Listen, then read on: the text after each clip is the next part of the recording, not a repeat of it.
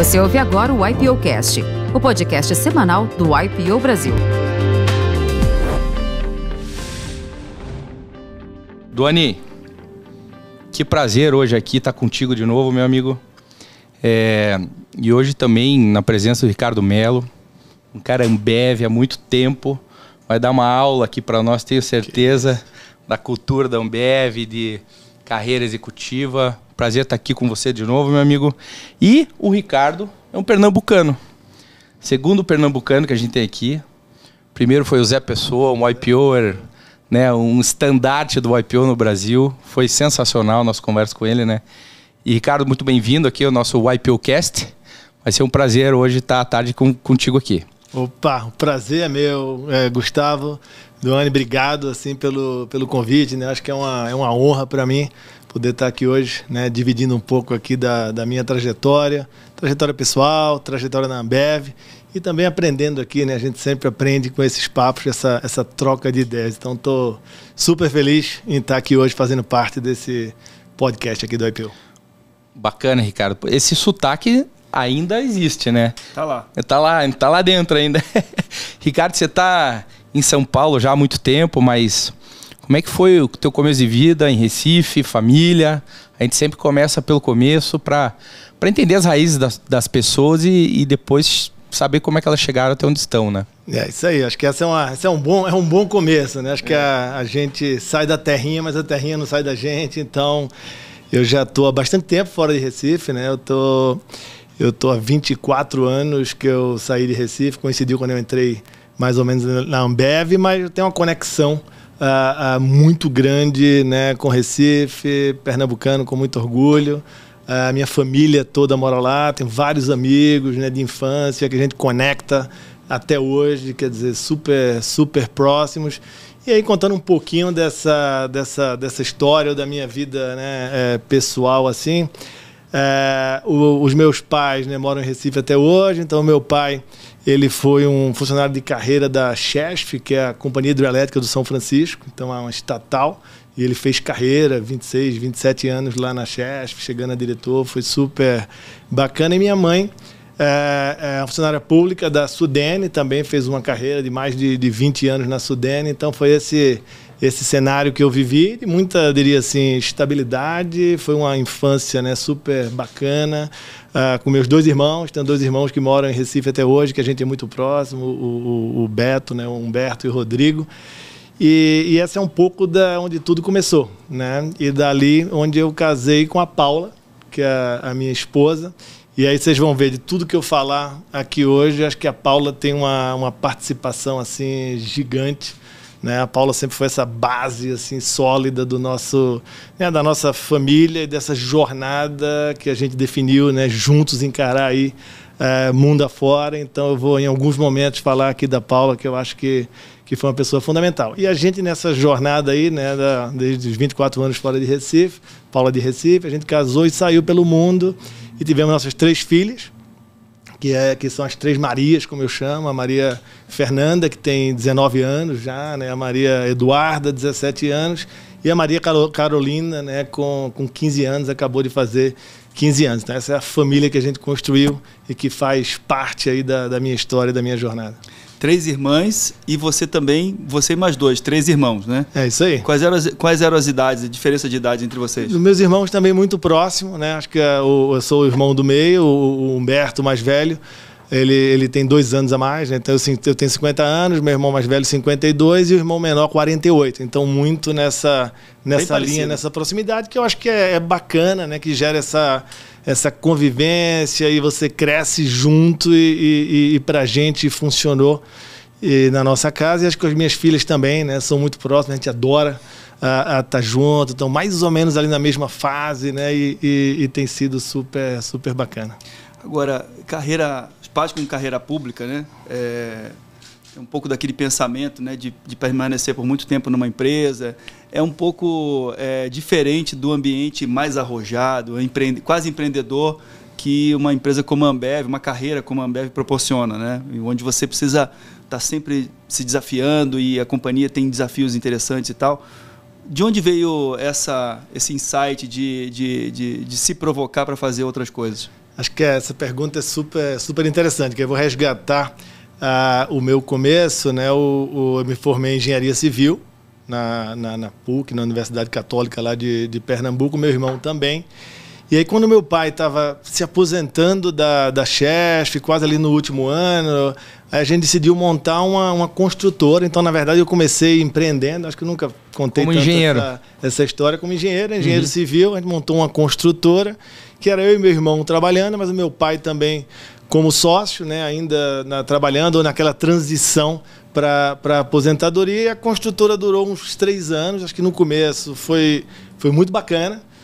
Eu estava no 2º ano da faculdade, meu irmão no 4º ou 5º ano da faculdade, e a gente começou esse negócio, né, de família, começou a crescer, pegar obras maiores e se empolgar e investir, até que a gente pegou uma obra bastante grande, né? Naquela época o Banco Bamerindo estava expandindo e foi montar uma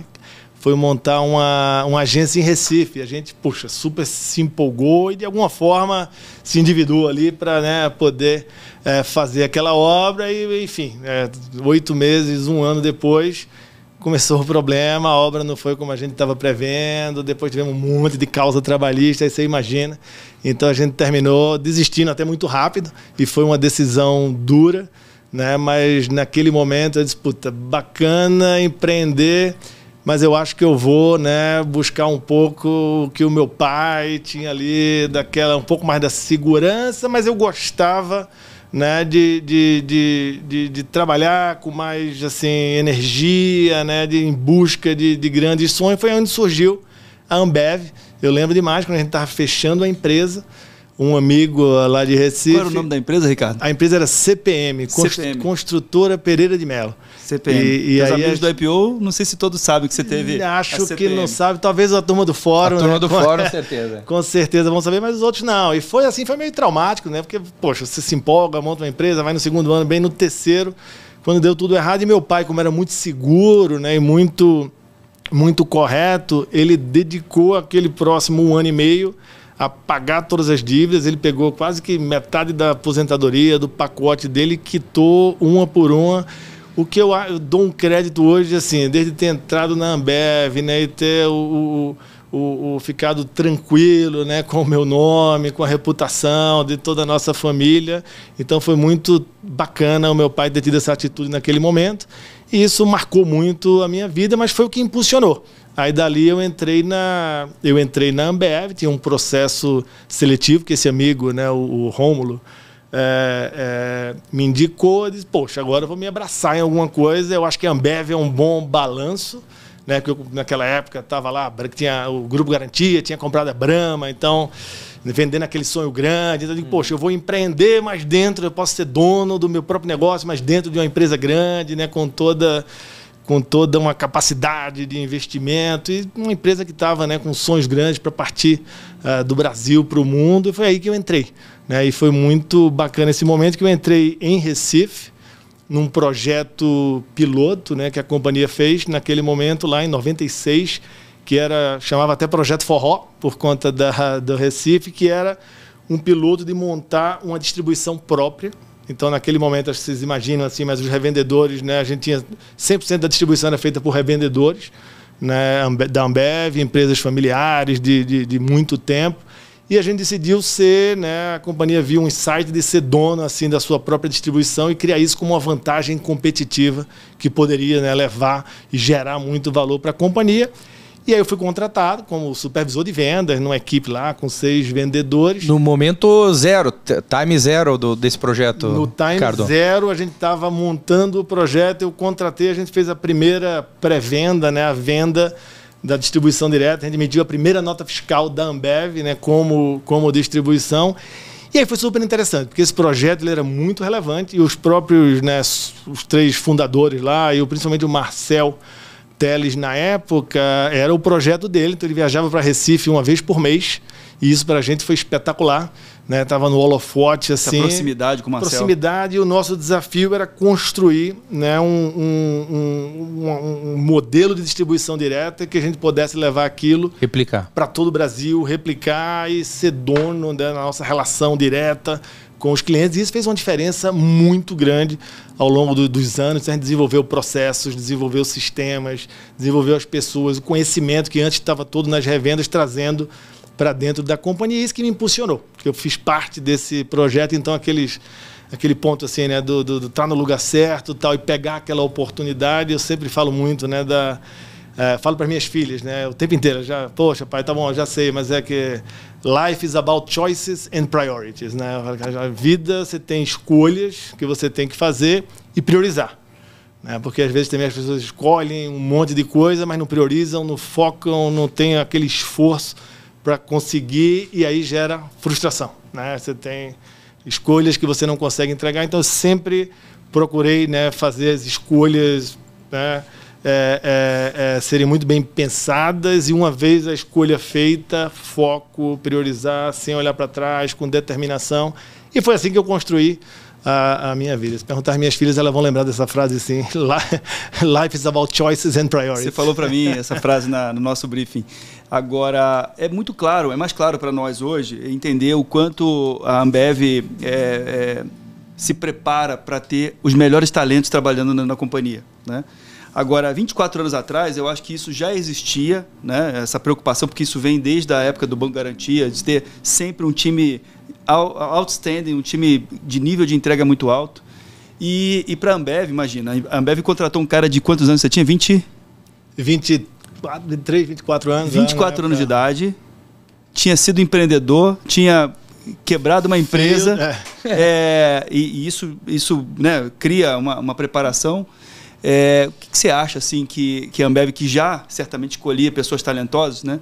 O que eram tuas características que você fala, pô, isso aqui que me colocou no jogo, né? Isso aqui me fez entrar na companhia? Eu acho que essa pergunta é ótima, né? Eu lembro quando eu entrei, tiveram vários amigos, alguns colegas de Recife que também entraram naquele momento, né? E de alguma forma, no primeiro ano, no segundo, saíram, foram buscar outras oportunidades. Então eu diria que assim, as características que fizeram a diferença, primeiro, acho que a determinação, né? Eu acho que uma vez você fazendo a sua escolha, né, encontrar valores. Então eu me conectei muito com os valores que o grupo trazia naquele momento, que os fundadores da Ambev traziam naquele momento, na época Brahma, né, que eram valores de simplicidade, austeridade, mas com sonho grande, né, com ambição, mas sempre num ambiente extremamente informal, onde você poderia colocar suas opiniões, onde você sabia que poderia fazer a diferença.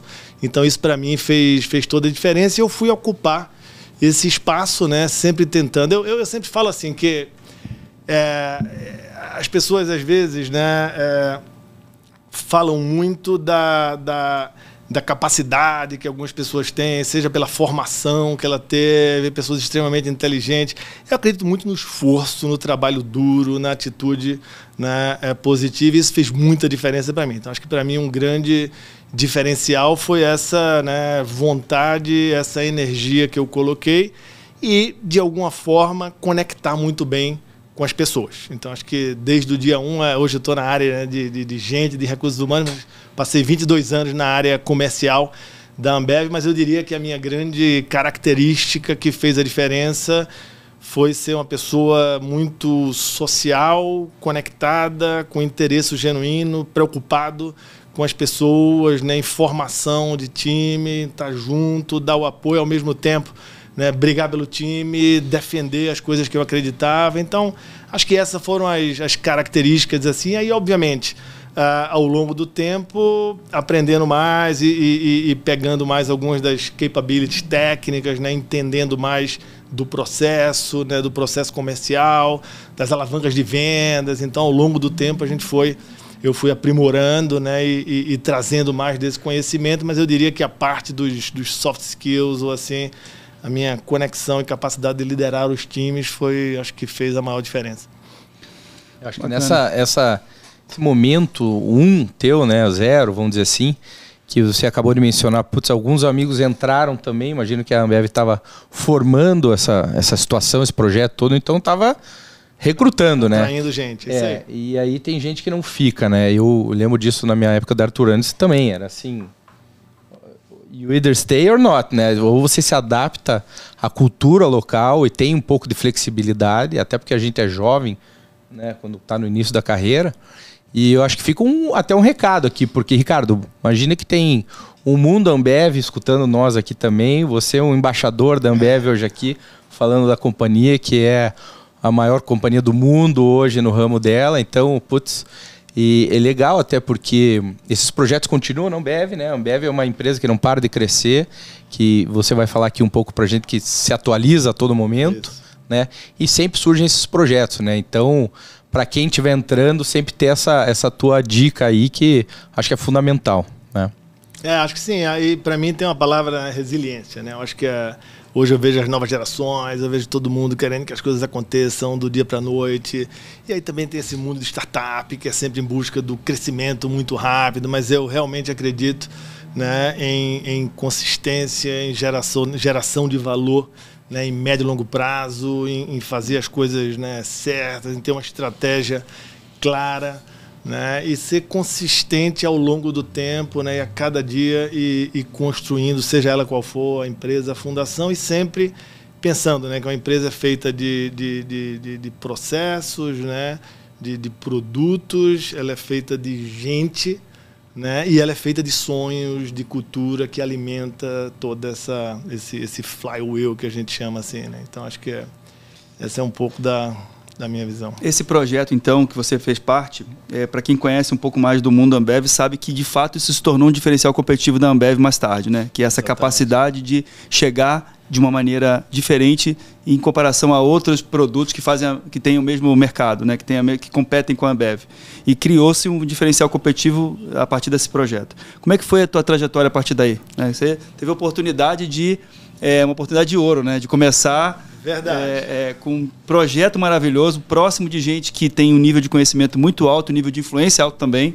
E aí? Essa bacana, Duane. Acho que essa pergunta é espetacular, porque uma das coisas que me atraiu muito para a Ambev era isso mesmo, a oportunidade que eu teria, né, de não só trabalhar em Recife, mas de trabalhar pelo Brasil primeiro, depois pelo mundo, né, expandir, e isso me atraiu. Eu gostava, né, dessa oportunidade. E aí, quando a gente criou, né, e eu fiz parte de todo esse projeto piloto, eu, no segundo ano da Ambev, já fui transferido para o Rio, tive uma oportunidade, né, então eu era supervisor de vendas, virei o gerente da unidade na Ambev um ano depois, e fui para o Rio de Janeiro, que era o desafio de implementar o mesmo modelo, que era esse modelo de distribuição direta que a gente tinha montado, que no segundo ano, né, na época a Brahma lá em Recife tinha 3% de market share, imagine.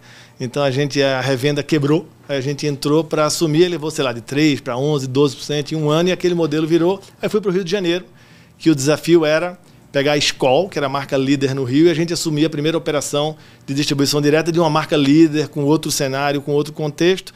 E isso foi super, super bacana. E aí eu alavanquei a minha carreira com esse crescimento da distribuição direta na companhia, o conhecimento que eu tinha, e trabalhei em 3, 4 cidades diferentes, né, como gerente comercial. Então foi supervisor de vendas, para gerente comercial.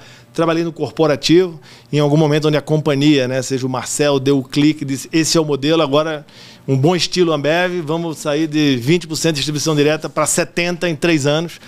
Aí gera aquela, e aí a gente montou uma diretoria de distribuição direta no corporativo, então fui convidado para ser o gerente nacional de vendas. E o meu desafio, mais uma vez, volta para a gente, era contratar e desenvolver 100 gerentes de vendas capazes, né, de tocar as próximas 100 operações que a gente ia adquirir nesse período de tempo, negociar com os revendedores e trazer para dentro. E assim eu fui fazendo a minha carreira, uma carreira tradicional na área de vendas, mas muito com essa veia da transformação desse grande projeto, né, foco da companhia, que gerou muito valor. Então a Ambev começou a crescer, né, uma margem EBITDA referência no negócio, né, no mundo, e com isso gerando muito caixa, e começou a expandir primeiro para a América do Sul, né, depois toda a história que vocês sabem, né, se juntando com os europeus, né, com a Embev, depois Anheuser-Busch, e eu aproveitei e fui nessa jornada de crescimento junto com a companhia. Então, depois de ter rodado o Brasil, né, durante quase 12 anos, eu estava no Rio de Janeiro como diretor comercial, diretor regional. Rio de Janeiro é a segunda maior regional, então uma operação super relevante, já era um diretor relevante na companhia. Foi quando a gente comprou a Budweiser, né, todo aquele deal com a Anheuser-Busch, que foi em 2008. Aí eu lembro, eu tava lá, a gente já tinha nossas 3 filhas, né? Uma tinha 1 ano, a outra 3, a outra 5. E aí o Luiz Fernando Edmond, que era o diretor que ia assumir, ele era o CEO da Ambev no Brasil, foi assumir o CEO na América do Norte e me convidou, né, para ser o VP de vendas da Labatt, que era a nossa empresa do Canadá, que fazia parte da América do Norte. E eu, poxa, quando eu vi aquele convite, eu disse, caramba, eu estou como diretor regional do Rio de Janeiro, estão me convidando, né, para ser, né, quase que o Bill Head lá, para tocar toda uma operação de um país, né, com pessoas diferentes, cultura diferente, um negócio diferente. Eu disse, será que eu estou preparado? E a resposta era não. Com certeza não estava preparado, mas é um pouco do estilo da Ambev, né, acreditar nas pessoas, né, as pessoas que têm a cultura da companhia, as pessoas que viveram os grandes desafios da companhia e dar uma oportunidade, às vezes, maior do que o que você está preparado. Vai lá, entenda os desafios, vai ser difícil no início, mas poxa, a gente acredita, né, que com o conhecimento, com a cultura, com o modelo que a gente tem, as coisas vão fazer a diferença. Então, foi o primeiro desafio assim, gigante para mim em todos os sentidos. Então, eu fui para o Canadá.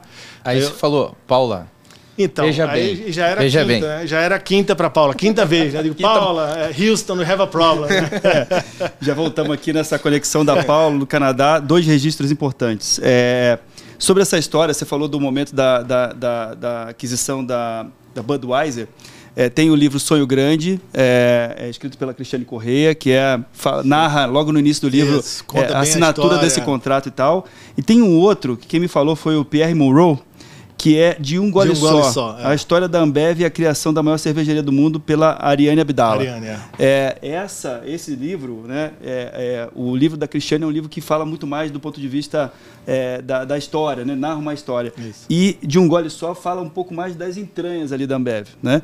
Então vale a pena, a gente sempre menciona algumas literaturas aqui, e vale esse registro. É incrível. O do Sonho Grande, eu leio aquele livro assim, é impressionante, porque ele coincide com a minha jornada de 26 anos agora na Ambev e realmente mostra, né, a visão que eles tiveram lá atrás, mas mais do que isso, né, o processo dessa transformação da cultura, de levar para outros países. E foi aí que surgiu esse grande sonho sendo realizado de virar a maior cervejaria do mundo, comprar a Anheuser-Busch, né, se endividar com 50 e tantos bilhões de dólares naquele momento, e que a companhia disse, poxa, e agora?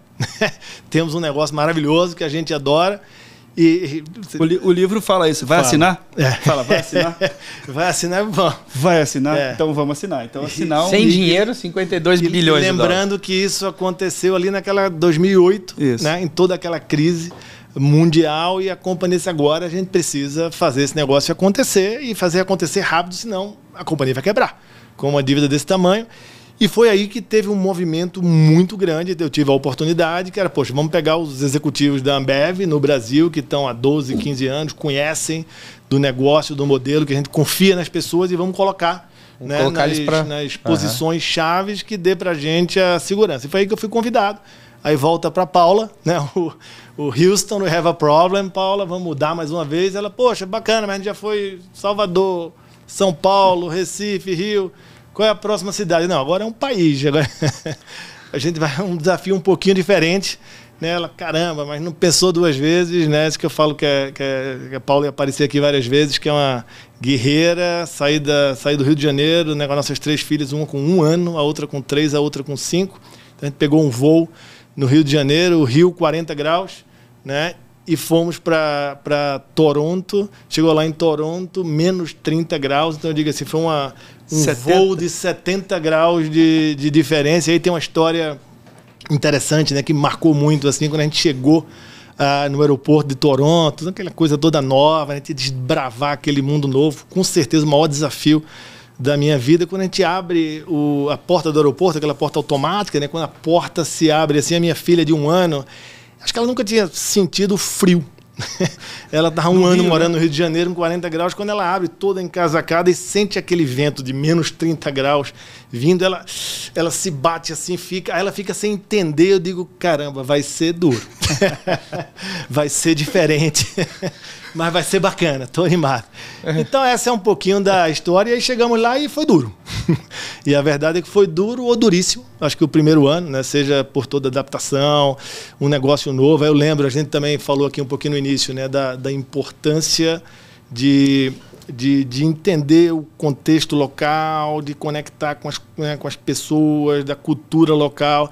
Eu saí do Rio de Janeiro, né, que era um estilo daquela Ambev, vendas, vamos para cima com tudo, energia. Rolo compressor. Rolo compressor. Ah, eu já contei essa história? Não, acho que não contei. Não, mas então, a história é mais ou menos essa. Era um rolo compressor. E aí, Gustavo, exatamente, eu tinha acabado de fazer um incentivo no Rio de Janeiro, um incentivo de vendas, que a gente normalmente faz, chamava rolo compressor. Né, que era Ambev, é o rolo compressor. E aí eu tive a belíssima ideia de chegar logo na minha primeira convenção, tinha uns 2, 3 meses no Canadá, e lançar esse mesmo incentivo. Poxa, o incentivo não tem como dar errado, né?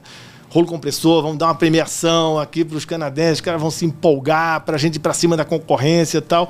E aí lancei na convenção esse incentivo. O PowerPoint que tinha assim, era um rolo compressor, e era assim, pave the way, né? E aí apareciam as logomarcas dos concorrentes canadenses, Molson, Miller Coors e tal, e o rolo compressor passando por cima, destruindo tudo, acabando com todo mundo, vamos ganhar o mundo, vamos... Cara, eu apresentei aquilo, sei lá, devia ter umas 300 pessoas, ficou todo mundo parado olhando para mim sem entender nada. Eu digo, ferrou. E aquilo deu um estresse. Vai dar ré o rolo aqui. Aí começou, isso aqui não é Brasil, vocês, tá vindo com uma visão... Você sabia que aqui a gente tem a distribuição junto com a nossa concorrente, é uma empresa única, que a gente otimiza a distribuição? Eu ouvi falar, não fui lá ainda não, mas ouvi falar, mas no mercado é diferente e tal. Enfim, aí acho que essa é a importância, né, de se conectar. Dali para frente caiu a ficha que, claro, acho que os valores são os mesmos, mas a forma de trabalhar precisa adaptar à cultura local, né, entender que as demandas são diferentes, né? Países diferentes, consumidor diferente. Naquela época, no Rio de Janeiro, sei lá, 80% era bar do nosso volume. No Canadá, 80% era supermercado e 95% da venda feita por lojas do governo. Então, assim, completamente diferente. Mas só para falar do aprendizado, foi bem difícil o primeiro ano, mas depois no ano 2, no ano 3, acho que foi super, super bacana. Uma pergunta... 80% do consumo do Rio de Janeiro era bar, né? Daí você fica imaginando alguém saindo em Toronto para tomar uma cerveja no bar. O cara sai na calçada, congela antes de chegar no bar. Tem uns 2, 3 meses por ano, dá para ir, né? Dá para tomar um bar na calçada, uma cerveja na calçada do bar. Ô, Ricardo, a Ambev é muito conhecida pelas reuniões matinais, né? De venda. Tem a matinal, não sei o que, aquele grito de guerra, vamos para cima, a meta e tal. Isso foi implementado nos outros países? Você levou isso? Como é que foi? Tem como fazer isso fora? Que pergunta boa. Acho que essa foi outra adaptação. Então, eu estava falando do Canadá, que a gente foi, e aí, primeiro ano duro, depois, segundo, terceiro ano, conseguimos, né, chegar no modelo, adaptar os processos, conectar, vender a visão, né, que a gente tinha, porque assim, diferente do brasileiro médio, o canadense tem um nível sociocultural, uma situação, mas é levada completamente diferente. Então não é chegar para um grupo, um time e dizer assim, gente, vamos fazer aquilo, por quê? Acredite em mim, vamos com tudo. Não, eu não acredito em você. Eu preciso entender. Se você mandar bater com a cabeça na parede, eu não vou bater, eu preciso entender. Então aí começou para mim a ver a importância, né, da gente conectar, explicar a estratégia, gastar mais tempo com a estratégia e não ficar só com aquela execução militar, o comando e controle. Um define tudo e todo mundo executa, e sim, precisaria ter mais, né, gente, mais diálogo, mais aproximação. E aí eu vou na história da reunião matinal. Quando eu cheguei nos Estados Unidos, já foi depois de 3 anos no Canadá, a gente foi para os Estados Unidos. Do lado pessoal, aí outro mundo, foi maravilhoso. Minhas filhas super adaptadas, já falavam inglês, a Paula também. Fomos lá para morar numa casa bacana em St. Louis, o real estate muito mais barato, era meio living the dream, né? Assim, American way of life, uma escola maravilhosa. E quando eu cheguei no trabalho, aí depois de 3 anos, né, já no Canadá, foi outra conversa. Então, aí que eu comecei, né, a ver a importância da escuta ativa, em vez de chegar lá e querer implementar 3, 4, 5 coisas, chamar os key stakeholders, né, seja os revendedores, o público interno, né, um pouco da comunidade, entender o que estava se passando, as demandas, para aí ter um pouco mais de leitura de contexto e trazer, né, da forma que a gente acredita, né, sem perder os valores, mas uma coisa que seja mais que fosse, né, mais adaptada, que a gente tivesse mais chance mais aderente de ter sucesso, àquela cultura. mais aderente. E aí foi muito mais rápido. Acho que o trabalho nos Estados Unidos foi espetacular. Passei 3 anos em St. Louis, depois 1 ano em Nova York. Talvez um dos melhores lugares que a gente morou. St. Louis, as pessoas conhecem pouco, mas assim, uma cidade espetacular, e a gente aprendeu muito nesses 7 anos, né, fora. E voltando à sua pergunta da matinal, lá a gente chegou à conclusão que não tinha que fazer matinal, que não tinha sentido. As pessoas, né, moravam muito distantes, era muito mais autosserviço do que bar, então não era aquela compra diária, era uma coisa mais dos key accounts, né, que trabalhava. Então acho que já começa a mostrar um pouco a nossa evolução, né, como executivo, como líderes, de entender esse contexto, né, e fazer essa diferença. E foi aí que acho que a gente gerou muito valor lá na Budweiser, no negócio da Ambev, que chegou num momento espetacular. St. Louis, coração da Budweiser era ali, né? Era ali, a fábrica original, né? A cervejaria original da Budweiser, Missouri, Midwest, assim, o portal do Midwest, então muita história, e que se confunde com a história da Budweiser, uma coisa muito legal. E aí você está falando de St. Louis, também me lembrei aqui, acho que as histórias são boas, né? Acho que sempre trazer uma história ou outra simboliza assim, um momento, né? Quando eu primeiro fui para o Canadá, né? Então quando eu fui para Anheuser-Busch lá em St. Louis, já tinha passado o período mais turbulento, aquele primeiro ou segundo assim, ano, e eu cheguei, né? Mas assim, incrível. A Paula foi uma vez no shopping, perto lá da nossa casa onde a gente morava. Quando chegou numa loja lá no shopping, começou a falar em inglês, e a vendedora tal, percebeu um pouco do sotaque, não é daqui e tal, e perguntou: você é brasileira? A Paula fez: sim, sou brasileira. Então foi você que tirou o emprego do meu marido, vocês demitiram 2.000 pessoas, tal. Ela: não, calma, eu cheguei aqui agora, não sei, não fui eu que fiz isso. Quer dizer, a gente está pensando aqui, é um contexto, é uma companhia, enfim. Então, você vê como era esse negócio no início, 1 ano e meio depois. Aí ficamos lá uns 3 anos. Eu lembro depois, né, quando eu estava saindo de St. Louis, seja a conexão, quando a gente encontrava as pessoas na escola, que, assim, como eles reconheciam o trabalho feito, né, pelo grupo e a geração de valor. Eu acho que metade de St. Louis tinha ações da Budweiser, porque era uma empresa forte e sólida que estava lá e que ficou parada durante 10 anos na gestão, né, dos Bushes, com pouca geração de valor. E depois de todas essas decisões duras, né, dessa tomada de decisão, né, viu uma geração de valor e as ações saindo, sei lá, de 30, 40 dólares, né, para 100, 120, 140, muda tudo a história. Agora a gente entende as decisões que foram tomadas, né, e as coisas assim, tudo eu acho que é um aprendizado, né. O ano era 2013, é isso? 2012? 2012 ou 2013? Que eu fui para os Estados Unidos, 2012. Exatamente, que houve a compra da A compra foi em 2009, a gente assumiu ali 9, 10. Exato. E aí eu fui primeiro para o Canadá, depois para os Estados Unidos. Eu me lembro em 2012, eu acho, fiz um curso na Universidade da Califórnia, e a memória do americano dessa transação comprada por uma empresa brasileira, comprando um símbolo americano como a Budweiser. É a dureza.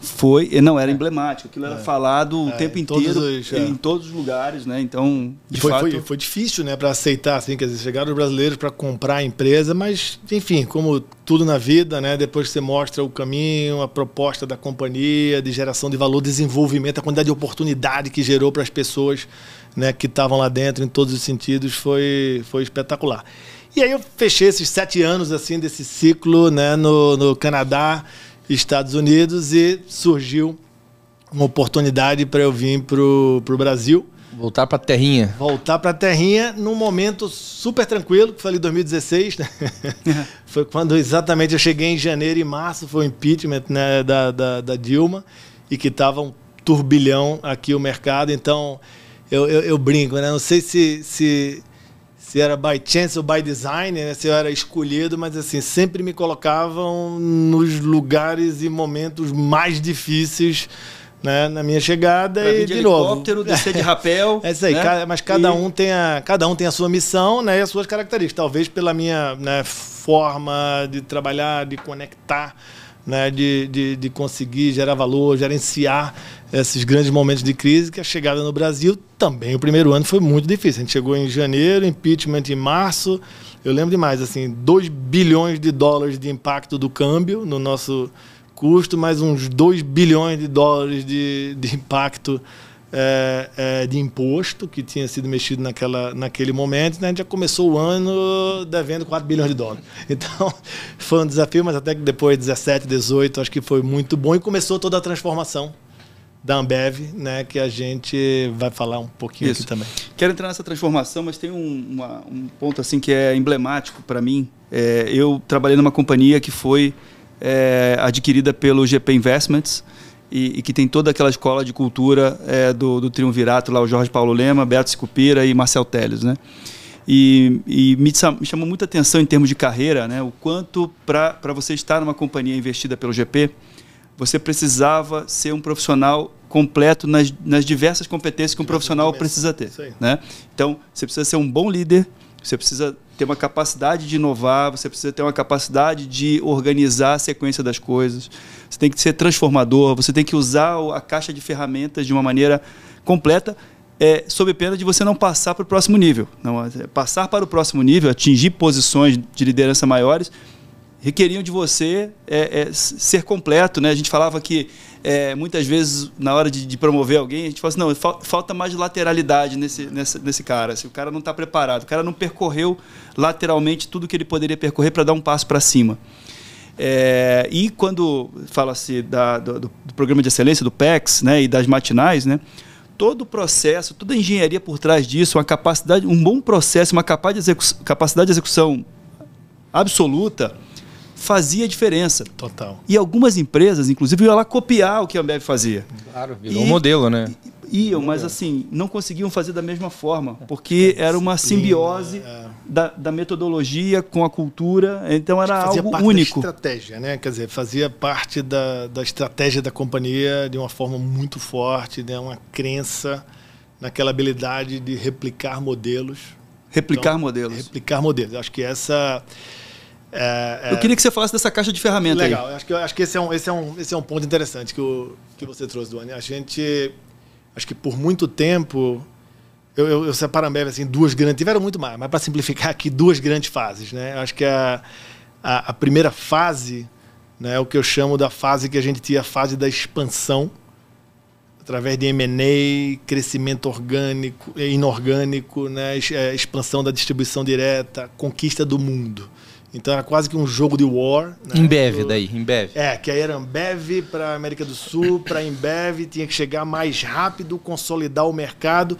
Então a gente, primeiro, criou um modelo vencedor no Brasil, que tinha processo, disciplina, gente preparada para fazer, que estava documentado, né? E esse modelo que gerou muito valor, pegava exatamente esse modelo e replicava esse modelo em países diferentes, às vezes com situações, cenários diferentes, tinha que dar uma adaptada, mas era um modelo vencedor de geração, né, de ocupação do espaço. De valor, ocupação do espaço e um playbook muito bem definido, né, para fazer esse negócio acontecer. E naquele momento, você precisava de muita disciplina, de um grupo parecido. Hoje se fala muito em diversidade, né, e a gente avançou bastante, mas a verdade é que naquele momento, para os desafios que a gente tinha, era um grupo muito parecido. A maioria, sei lá, engenheiros, administradores, cartesianos, com a cabeça de processo, mas com uma diferença que acho que é um pouquinho que você falou, né? Com valores muito bem definidos, pessoas colocavam a companhia na frente dos seus interesses pessoais, né? Um grupo que se conectava muito em busca de um sonho grande, que todo mundo acreditava. Que tinha muito orgulho de estar ali, né? Muito orgulho de fazer parte daquela história. Então, é um pouco além, né, de ser só o cartesiano, o engenheiro, mas um grupo muito forte que as pessoas se conectavam muito e que viviam intensamente, não só o dia a dia na Ambev, que é engraçado, mas fora da Ambev, né? Eu tenho vários amigos que conectam até hoje, que a gente se encontrou numa cidade e na outra, que são amizades da vida toda. E as pessoas perguntavam, poxa, vocês já trabalham feito um maluco na Ambev E aí você sai da Ambev, quer ficar com as pessoas da Ambev? Sim, porque era aquela coisa que era bacana, aquela energia, as pessoas viveram desafios, né? A brincadeira do foi pra guerra junto, né? Quer dizer, muita gente que passou momentos, né, muito assim, duros, difíceis de transformação, mas que de alguma forma teve uma ajuda, né, e o grupo foi junto. Então, esse período todo, né, de expansão e de replicar esse modelo é o que eu chamo do período onde a gente tinha o jogo finito, né, que vocês devem conhecer aí Simon Sinek. O livro do Simon Sinek, que ele fala do jogo finito, né, e do jogo infinito. E a gente jogou esse jogo finito, a gente contra a gente contra a concorrente A, concorrente B, tem que expandir, chegar primeiro, replica, tira o valor, extrai, investe de novo. E aí, tudo bem, até 2012, 2013, a gente fez a última grande compra, a SAB Milha, e conquistou o mundo. E a partir daí, a gente ainda teve alguns anos que conseguiu gerar valor, e depois, sei lá, em 2014, 15, 16, 17, a companhia ficou meio parada. Então, as ações andando do lado, depois até uma queda, as coisas acontecendo. E aí, eu diria que às vezes essas são as melhores coisas que acontecem na companhia, se você tiver a capacidade de reagir rápido, né? Porque seja concorrência, seja o que for, isso faz você melhorar. Então, a gente viu, poxa, se a gente não mudar como companhia, não vai... E o jogo mudou. Não adianta mais a gente ficar brigando contra o concorrente A para ver quem um tira do outro, baixando o preço e fazendo as coisas, só diminuindo aquele mercado. Precisa mudar o nosso frame assim, de referência, buscar essa nova estratégia e buscar uma nova matriz de crescimento. Foi aí que a gente definiu, nos, sei lá, uns 3, 4 anos assim, a nossa estratégia, que era sair dessa matriz de crescimento, né, inorgânico, M&A, de replicar os modelos, para uma matriz de crescimento orgânico nos lugares que a gente estava, onde a gente ia precisar, diferente do período anterior, de pessoas diferentes, com background diferente, de investir em tecnologia, né, de criatividade, de inovação, e aí começou a grande transformação da Ambev, que é sair desse jogo finito para um jogo infinito, onde, diferente do finito, né, que tem início, meio e fim, concorrentes definidos, e que o objetivo é ganhar, é vencer nesse outro jogo, que é o que o Simon fala lá no livro dele, né, quer dizer, você não tem concorrente definido, o objetivo não é ganhar, é permanecer no jogo. Então, acho que essa é um pouco assim da história. E aí entra essa segunda fase que eu falo daqui a pouquinho, um pouco da nossa transformação. Ricardo, pegando um gancho aqui, a cultura da Ambev sempre foi uma coisa muito forte, que todo mundo que viveu dentro da Ambev ou que lê e escuta sobre a Ambev sabe. Você acha que esse momento, esse turning point, foi uma atualização da cultura da Ambev, vamos dizer assim? Essa pergunta é um belíssimo segue para a próxima etapa. Acho que sim. Acho que a gente... Primeiro, acho que a gente demorou um pouco. Eu acho que a gente ficou muito preso, né, no passado, no que deu certo, no modelo, a cultura é muito forte, não pode mexer, tem que tal. E a gente talvez ignorou um pouco o contexto, a mudança de rumo, né, um pouco dessa transformação que vinha acontecendo.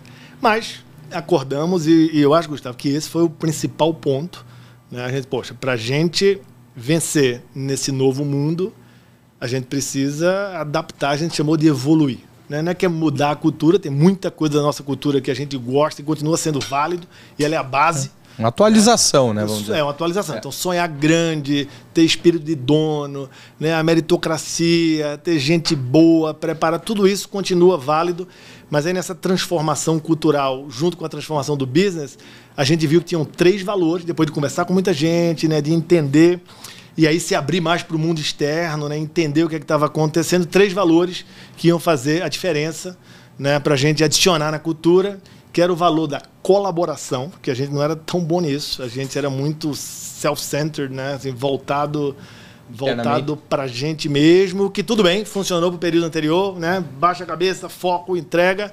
Para esse novo período não dá. Eu preciso estar aberto para o ecossistema, né? Eu preciso colaborar internamente, né? Com um mundo novo de tecnologia, que se vive em squads, que quebra os silos, né? Que ultrapassa essas barreiras. Eu preciso conectar com o ecossistema externo. A startup vai tomar o nosso negócio. Ao contrário, eu preciso desenvolver, eu preciso estar junto de todas as startups, porque na hora que surgir uma inovação, surgir a ideia que eu seja, né, tenha a oportunidade de ser o primeiro a estar ali junto, né, a estar ajudando, a estar investindo, a estar fomentando essa inovação. Então, assim, colaboração, foi uma base muito forte dessa transformação. O segundo, escuta ativa, né? Que essa, aí eu afirmo, quando assim, a gente na Ambev tinha uma característica, a gente ouve pouco, né? Às vezes a gente está na reunião, é conversa de maluco lá dentro, cada um fala de um lado e o outro fala do outro, e todo mundo, no final a gente se entende, mas é muita gente falando e pouca gente escutando, né? A gente tinha muito negócio assim do líder herói, aquele líder que sabia de tudo e que tinha que ter todas as respostas, aí qualquer reunião, puta, eu lembro das reuniões nossas de performance review, sei lá, você tinha lá o CEO, pedia 20 slides, não, são só 20 slides para dar, a gente preparava 200, porque você precisava estar com qualquer informação, qualquer dúvida, qualquer análise, ainda deixava alguém ao lado com o Excel aberto, o outro ao lado com o Power BI aberto, para qualquer dúvida, ou seja, aquele líder herói que sabe de tudo, e não é assim, né? Você não consegue, a gente precisava, né, conversar mais, discutir mais, deixar de lado um pouco o teatro do sucesso, que eu acho que isso destrói as organizações. Né? Todo mundo tem que brilhar, tem que mostrar resultado, tem, sabe, que está sempre, né, brilhando em alguma coisa. E depois você pergunta às pessoas, por que você só mostra coisa boa? Pô, porque eu tenho 15 minutos na frente do VP ou do CEO, eu vou mostrar coisa boa ou coisa ruim. Depois é ele que vai dizer qual é o meu bônus, ele que vai dizer qual é a minha remuneração, que vai apostar ou não. Aí você começa a criar uma organização que eu acho que começa a ir para o lado errado. Então a gente escuta ativa, foi algo que a gente trabalhou muito. Ele trabalhou assim, desde a diretoria, né, corporativa, fazendo treinamento, imersão, de uma forma assim, incrível. Nessa época você estava em gente já? Nessa época eu estava em gente. Ah, já estava em gente. Esse pedaço que eu estou falando agora, boa pergunta, para colocar no tempo. Foi aí, final de 2018, eu assumi a área Mudou o chapéu. De gente, mudei o chapéu, e o mandato que eu tinha era da transformação da companhia. A gente já tinha começado... Você que passou a vida só fazendo transformação na área de vendas, aí foi fazer outro tipo de transformação. Era outra transformação. De novo, me colocaram lá. Eu achei que eu ia parar de gente, que ia ser mais tranquilo, né? Mas, enfim, era realmente, né, mexer com a companhia assim, e fazer essa transformação. A gente já começou a ver a necessidade de transformar o business, mas não sabia exatamente ainda o que fazer. Tinha certeza que era com relação à tecnologia. Então, a gente começou a fazer as nossas apostas em tecnologia, em plataformas, em business de tecnologia. Então a gente criou, não sei se você conhece a ZX Venture, acho que o Gustavo, que já teve alguma relação, deve conhecer, onde a gente começou a inovar, ter produtos diferentes. Depois criou o Zé Delivery, que hoje é tão, né, famoso, sim. Atende o Brasil inteiro. Esse negócio começou lá há 5 anos atrás, com um squadzinho lá no nosso escritório. Eu lembro que eu era o VP de vendas, né? Eu queria acabar com o Zé Delivery. Só dava trabalho, um negócio pequeno, que só dava trabalho. Né? Ia lá e vendia a um preço barato. Aí o Pão de Açúcar no outro dia me ligava: pô, vocês têm um appzinho de vocês aí que vende cerveja mais barato do que eu. Ele compra uma caixa, eu compro 1 milhão de caixas. Porra, desculpa, Pão de Açúcar, vamos lá. E a gente queria matar, mas aí fazia parte da estratégia. A gente foi, persistiu, insistiu e começamos a fazer todas as apostas. Então, várias apostas no business que explodiram durante a pandemia. Seja a nossa plataforma do consumidor, que é o Zé Delivery, a plataforma do cliente, que a gente conecta com 1 milhão de clientes, que é o BIS, né? Que é a nossa plataforma digital, que hoje habilita de eu estar conectado via essa plataforma e, por exemplo, trazer a BRF comigo para eu distribuir os produtos, vender, né? Mais vender do que distribuir dentro da minha plataforma, né? A gente ter esse marketplace funcionando. Então, essa transformação do business, só que a gente viu. E a gente decidiu crescer de forma separada. Separa um grupo, são pessoas diferentes, com cabeça diferente. A gente não está acostumado na Ambev. A gente vai precisar evoluir 3 anos para poder depois juntar esse grupo. E aí o que eu brinco, foi em paralelo. Evoluir o business de forma, talvez não a mais eficiente possível, mas de forma que vai funcionar. Aposta no Zé, aposta na Z-Tech, aposta na ZX, tal. Transforma a companhia, transforma a liderança da companhia. Em algum momento essa coisa vai convergir, o momento é esse que a gente está agora. E aí a gente veio trabalhando os valores, eu falei da colaboração, da escuta ativa e outra visão de longo prazo. Que a gente também é um negócio assim, faz um negócio hoje, amanhã quer ver o resultado. Né? Então, tá bom, você investiu 1.000, quando é que vai dar 2.000? Cara, não sei, acabei de investir, espera um pouquinho, mas era um pouco o estilo, né? E a gente começou a ter mais calma, ver exemplos como o Zé Delivery. Se a gente tivesse esse mindset, teria destruído e acabado lá há 5 anos. A gente insistiu, é uma coisa de longo prazo, estratégica, e aí uma mudança também na companhia. E a gente bateu muito e a gente vestiu essa evolução cultural, que era honrar o passado, porque eu acho que isso é fundamental. E essa é a dificuldade, eu vejo também, né? Tem vários amigos IPOers, né, que são de empresas familiares e às vezes passam por uma transformação e sempre entra nesse crash, assim, né? Seja crash de geração ou de sócios, mas acho que as coisas assim não é uma coisa ou outra, né? Você sempre tem coisas, legados maravilhosos, que você tem que honrar. Esse passado é o que trouxe. A Ambev só existe hoje porque é o que a gente fez nos últimos 25 anos, né? Não é quem está aqui que chegou agora. Então, você tem que honrar o que foi feito, preservar os valores, a cultura e adicionar para construir o futuro. Então, essa foi a forma que a gente encontrou, mas foi um processo interessante. Quer dizer, eu lembro da primeira vez que a gente, para trazer um tema aqui meio solto, mas a gente foi falar na diretoria, né, com os VPs, com o CEO de segurança psicológica, que é um tema que está meio Hoje se fala muito, há uns 3 anos falava um pouco menos, mas se fala demais da importância de ter a segurança psicológica nesse mundo, né, novo, nesse mundo mais incerto, no mundo de inovação. Né, que segurança psicológica gera mais inovação, garante a colaboração, que as pessoas trazem ideias. Fala, não, vamos lembrar que tem muita gente nos escutando, tomara, né, Duane? Qual é o conceito de segurança psicológica? Safe place. Né? Vamos deixar mais claro. Eu ia até falar depois, né? Segurança psicológica é o seguinte, é um conceito que ele fala assim, como é que eu consigo criar um ambiente nas empresas, né, onde as pessoas, os times, consigam ser elas mesmas, né, e consigam ter abertura, espaço, seja para cima, para os pares, para baixo, para serem ouvidas, levarem as suas ideias e não ter consequência se a ideia não for boa, se a coisa não funcionar.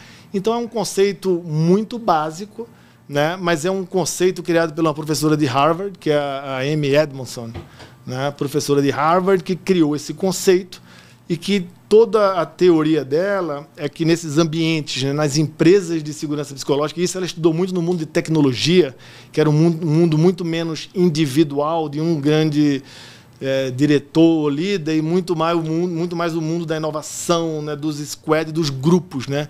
Importava mais a performance de grupo do que a performance individual. E ela estudou muito isso e via que os grupos que tinham melhor performance eram os grupos onde tinha a mais segurança psicológica, era um dos principais drivers, né, da performance para esse mundo novo, era a segurança psicológica. E isso gerava por quê? Onde tinha segurança psicológica, tinha mais inovação, né? As pessoas estavam mais abertas, tinha mais criatividade, tinha mais crescimento. Eram apostas e menos... Então, assim, é um conceito extremamente interessante. Dá protagonismo, né, para a pessoa. E no início dessa transformação, eu peguei esse livro, né, que eu falei, o nome do livro é o Fearless Organization, né, que é Fearless Organization. Um livro que eu aconselho muito. Para mim, ele foi assim marcante nessa transformação da Ambev. E é engraçado, né, que a primeira vez que eu fui falar de segurança psicológica, já na área de gente, né, para a diretoria que eu estava comentando, começou, né? A galera lá do tempo, puta, lá vem agora, Melo, que era de vendas e tal, falar de gente, segurança psicológica. Vai querer você que fez o projeto do rolo compressor. Rapaz, do rolo compressor, vai querer abraçar a árvore. Alguém achou aquele slide do rolo, porra. Não, compressor, cara? Não vem com essa, vai abraçar a árvore e tal. E começou de, gente, calma, vamos você conversar, com uma pantufa, né? Eu vou explicar que esse negócio é pro business. Isso aqui é uma estratégia de business, é um fator, tem estudo por trás. Eu sei que todo mundo aqui é engenheiro que gosta de... E aí foi engraçado, que a primeira coisa que eu fiz foi mostrar um caso do Google, que aí todo mundo acredita, que acha bacana. Então a gente falou, o Google tinha um projeto Aristóteles. Esse projeto Aristóteles, o Google pegou todo esse conceito da Amy Edmondson e foi começar a investigar, entender, né, dentro dos grupos ou dos squads assim, que o Google tinha de desenvolvimento e tal, ou dos produtos diferentes, quais eram os fatores. Então, estudaram com fatos e analítico, né, uma coisa muito bem feita, um estudo científico para ver quais eram os fatores, né, que mais influenciavam em segurança psicológica, entre os que aparecia como o maior fator. E aí o pessoal começou a parar para ouvir, não, tá bom, né, o Google tem ciência por trás, tal, beleza, e começaram a abrir um pouco mais a cabeça.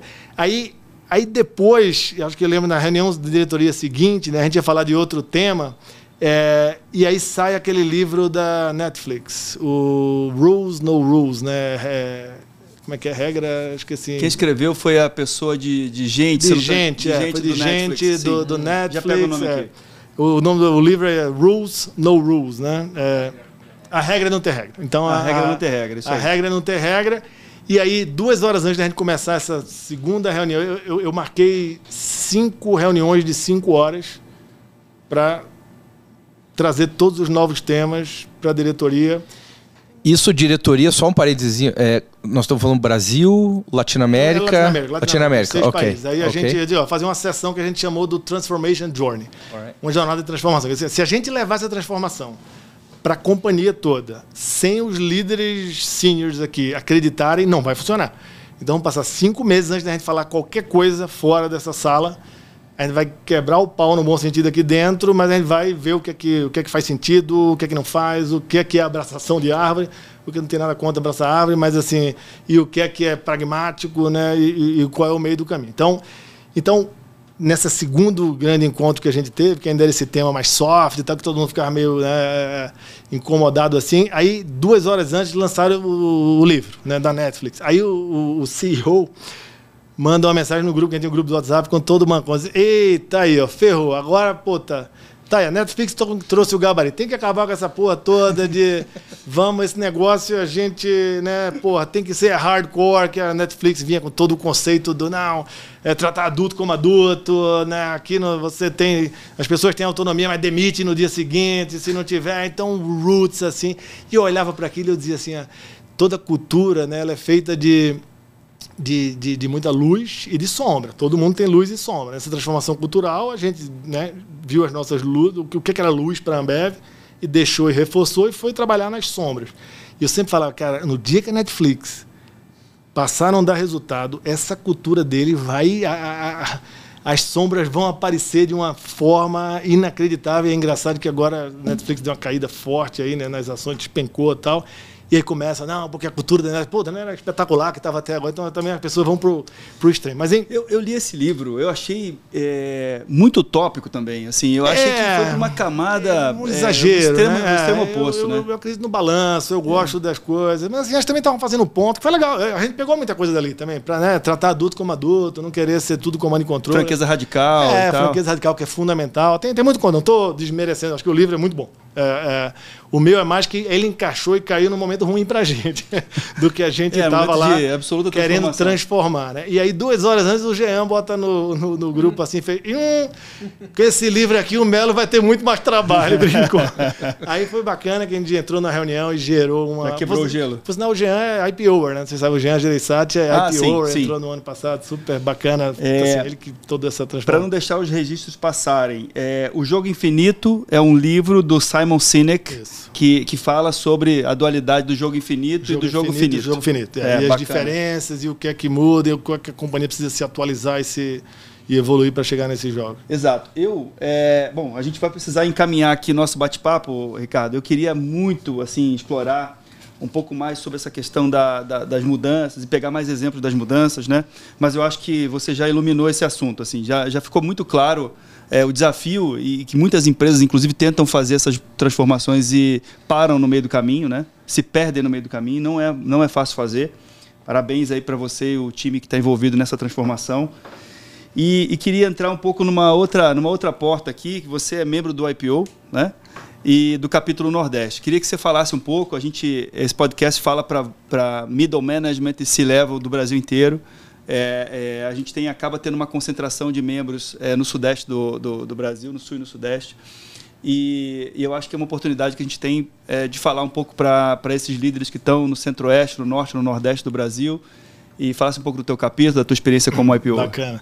Não, fantástico. Assim, primeiro, eu acho que, eu diria sem medo, que o IPO foi, acho que a melhor coisa assim, que aconteceu nos últimos 3 anos assim, para o meu momento, né, de vida, assim, para essa transformação que a gente estava passando, né, para abrir a cabeça, conectar mais, né, com o mundo externo e além da Ambev, né, e ter essa conexão, né, com esse grupo, com perspectivas bem diferentes da que eu tinha, né, grandes empresários, empreendedores, né, pessoas... Você era um agente de mudança do seu time, mas você tinha que mudar também. Eu tinha que mudar também. Então a gente sempre falou, em toda essa transformação que a gente teve na Ambev, a transformação ela é tão grande da empresa quanto pessoal. Ela não funcionaria se a gente não se transformasse. Então, primeiro o meu sponsor, né, padrinho, é o César Collier. Não sei se vocês conhecem o César, mas um amigo de infância, né, pernambucano, e que a gente sempre foi muito próximo, né? E aí eu fui morar 7 anos fora. Quando eu voltei para o Brasil, em 2016, estava em São Paulo, e o César já estava morando há 15 anos aqui em São Paulo. E César, poxa, no primeiro ano que eu cheguei, César me convidou, começou a falar da IPO, você tem que vir para o IPO. Eu digo, César, pelo amor de Deus, eu estou aqui com a crise 2016, eu não tenho a menor condição, né, de abraçar mais nada. De abraçar mais nada. Poxa, espera um pouquinho, tô entendendo. E aí eu digo, pô, também não tem nada assim. Naquele momento na minha cabeça, poxa, eu não consigo, não tenho tempo, não vou fazer. E aí foi um pouco mais, e o César falava até 1 ano ou 2 para frente, até que eu conectei. E aí encaixou muito ali com... Acho que foi em 2018, final de 2019, tem uns 4 anos que eu estou no IPO. E eu entendi, comecei a conversar com mais uma pessoa, aí o César me levou para jantar ou para almoçar, né, com uma galera, e digo, poxa, esse negócio aqui é interessante, né, um grupo de pessoas, né, de sucesso, com histórias de vida completamente diferentes, do Brasil inteiro, uma conexão, uma rede mundial. Eu digo, cara, eu vou abrir um pouco mais. E aí fui, né, e aceitei o convite, né, apliquei. Na época eu era o VP de vendas, estava no 3º ano, já estava um pouco mais tranquilo, já era o 3º ano assim como VP de vendas, e foi transformacional. Eu acho que, para mim, o grupo que eu tenho, né, eu acho que eu ainda não uso tudo que eu poderia usar do IPO, né, e estou cada vez mais buscando e fazendo, mas o meu fórum, né, que é o nosso grupo lá, a gente é do Fórum Nordeste 2, né? O capítulo Nordeste, você perguntou um pouquinho, tem, acho que eu peguei aqui, são 43 membros, né? 39 esposas, 72 filhos, né? e filhas, tem 6 fóruns lá no IPO Nordeste, e 6 fóruns dos membros, 2 fóruns de spouses, né? Então acho que vem crescendo, começou em 2011, eu entrei já mais recente, nos últimos 4 anos, mas tem sido assim uma coisa, né, super importante para mim, e eu acho que é incrível, porque agora estou pegando algumas coisas do IPO e levando para a Ambev. Então, assim, nesse processo de transformação, né, quando você pega, sejam os updates, né, ou você dividir suas experiências mais do que, né, julgar, e você conectar com as pessoas, essa abertura que o IPO traz. Então, assim, tem sido muito, muito bacana. E já estou agora na fase que a Paula já é do IPO Spouse Nacional, a minha filha de 19 anos, IPO Young. Aí, ó, IPO família toda. Young, e agora de 15 anos, acho que não sei se é novo ou não vai sair o IPO Teen, né? Não sei se já tinha o Teen. É o Youth and Family. Youth. E a minha filha de 15 anos quer entrar no IPO, ou seja, é uma coisa que pra gente, né?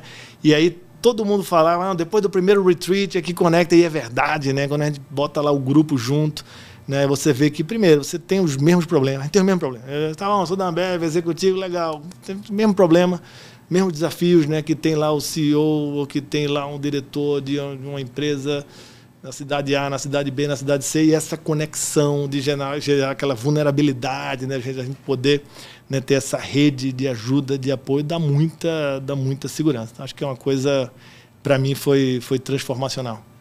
A maior parte do tempo como vendas, e agora nos últimos anos como gente, né, na área de gente e gestão. E aí, quando você olha para frente, né, sem dimensionar um tempo, mas assim, o que você ainda não viveu que você gostaria de viver profissionalmente? Esse é um tema de fórum. Não vamos poder falar aqui. Não, tô brincando, mas assim, eu começo a pensar. Eu confesso que a jornada na Ambev, né, ela foi tão, assim, super bacana, enriquecedora, mas intensa, que a gente era muito foco. Eu nunca pensava e nunca pensei muito. E mais uma vez, ainda apesar de ter 26 anos, vejo muita coisa para fazer, estamos em plena transformação, super motivado, empolgado, mas claro, começa a olhar, né, e pensar, e eu acho que o IPO faz a gente refletir, né? Quer dizer, quais são os meus próximos 20 anos? Então, o que é que eu quero para os meus próximos 20 anos? Então, hoje eu tenho mais perguntas do que respostas, né? Que eu estou começando acho que tem que começar pelas perguntas, Começa né? eliminando algumas coisas. Para o Canadá, para Toronto, você não deve voltar, provavelmente. Não volta. Não, eu prefiro ficar em São Paulo. Já vai eliminando as opções. Vai eliminando. Mas acho que é isso. Então, assim, você me pergunta, eu comecei empreendendo, aí deu errado ali, ainda bem que deu errado, né? Que aí eu, consegui fazer uma carreira, né? Construir essa jornada com muito aprendizado. Jornada dura, tá? Que a pessoa só vê as coisas legais, né? Assim, é bacana, é Camarada da Brahma, é não sei o quê, o Super Bowl, tudo isso é legal, mas assim, tem muita dureza no meio, né? Assim, isso não é o dia a dia, né? Você mudar 9 vezes, 7 cidades com família, né? Adaptar os filhos a cada cidade é uma coisa nova. Aí tem um momento que é assim, eu brinco, né? 22 anos na área comercial. Quando tá tudo bem, é um espetáculo, né? Quando tá ruim, é um inferno. Não é que tá ruim é ok, né? Assim, é quando você tá seja jogando contra, a indústria não tá a favor, é commodity, é o que for. É muito duro. Então, assim, acho que foi uma jornada de muito aprendizado, mas de muita, assim, resiliência, né? De saber respirar fundo, parar nos momentos, assim, mais difíceis, mais duros, né? E buscar a ajuda, você vai ver os sócios que você, né, criou, as conexões. Tem a tal da vulnerabilidade que se fala muito hoje, né, no estilo de liderança. Assim, para mim, esse negócio da vulnerabilidade é libertador, né? Que, sei lá, a gente é criado para ser herói, né? Eu vejo o CEO, o presidente de empresa, eu era o presidente do Canadá, tem que saber todas as respostas, tal, tem que saber tudo. É duro demais para uma pessoa só. Acho que o IPO joga muito nisso, né? De você ter essa...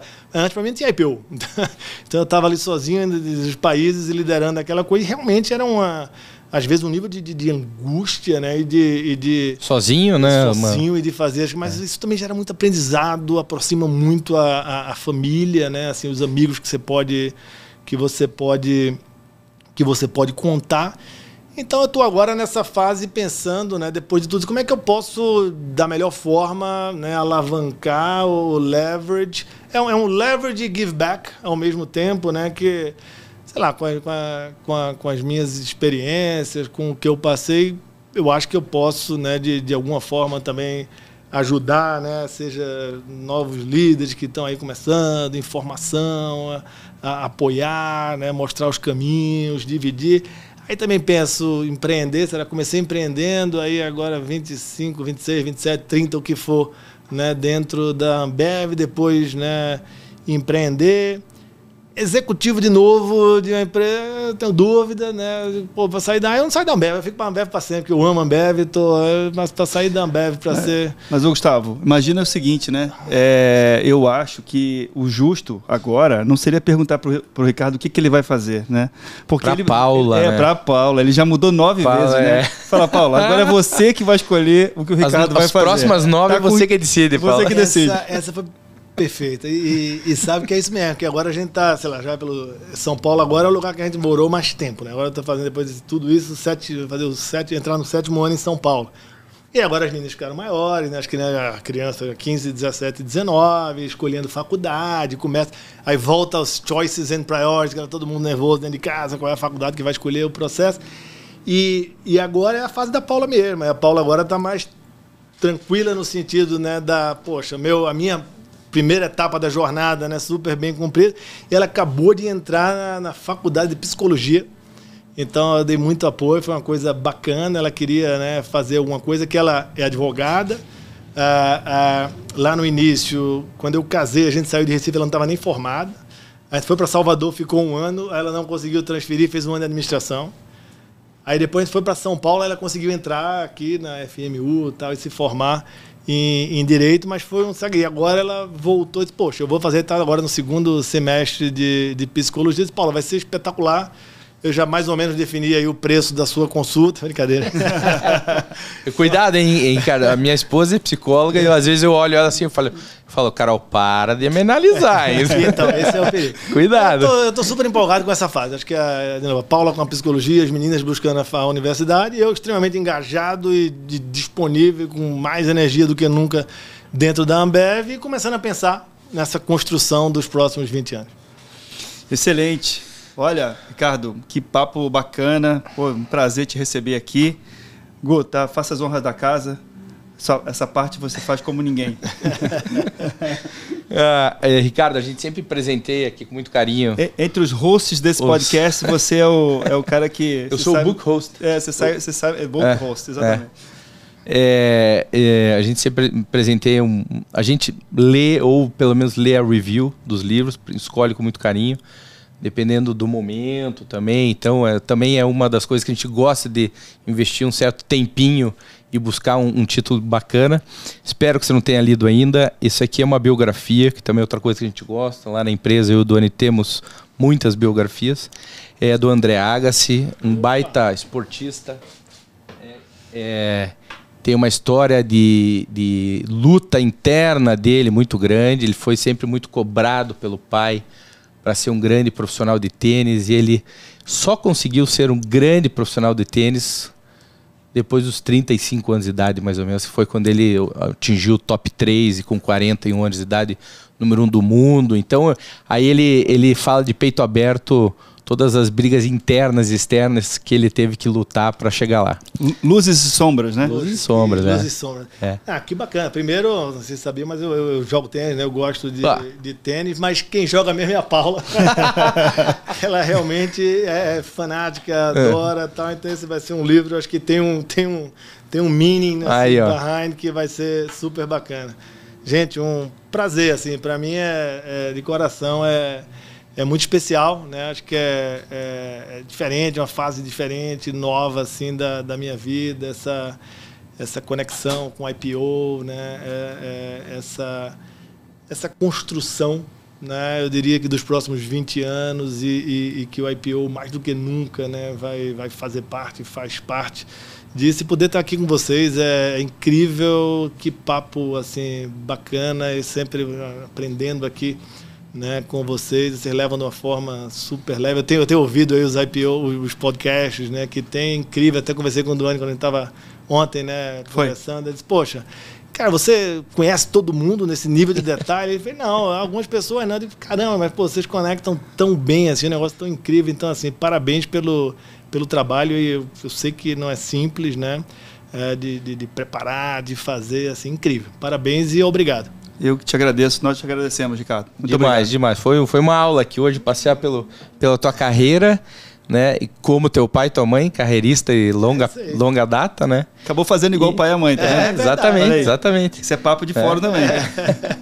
Não, e saber sempre da Ambev, né? A Ambev é uma empresa, um case para o Brasil, para a história do nosso país. Todo mundo aqui gosta de tomar cerveja, então a gente está sempre conectado com a Ambev. Muito obrigado, Ricardo. Foi um prazer. Só para a última coisa que eu falo, a gente tem um slogan que em toda essa transformação a gente usa, que está lá a gente chama Ambev On, que é a evolução da nossa universidade corporativa, né? Que é assim, Ambev, de uma empresa que sabe tudo para uma empresa que aprende de tudo. Então acho que essa traduz um pouco assim o momento que a gente está vivendo. A escutativa, né? A escutativa. Maravilha. Feito. Obrigado, valeu, Ricardo. Obrigado. Valeu. Não deixe de escutar os outros episódios do YPOcast, disponível em todas as plataformas de streaming.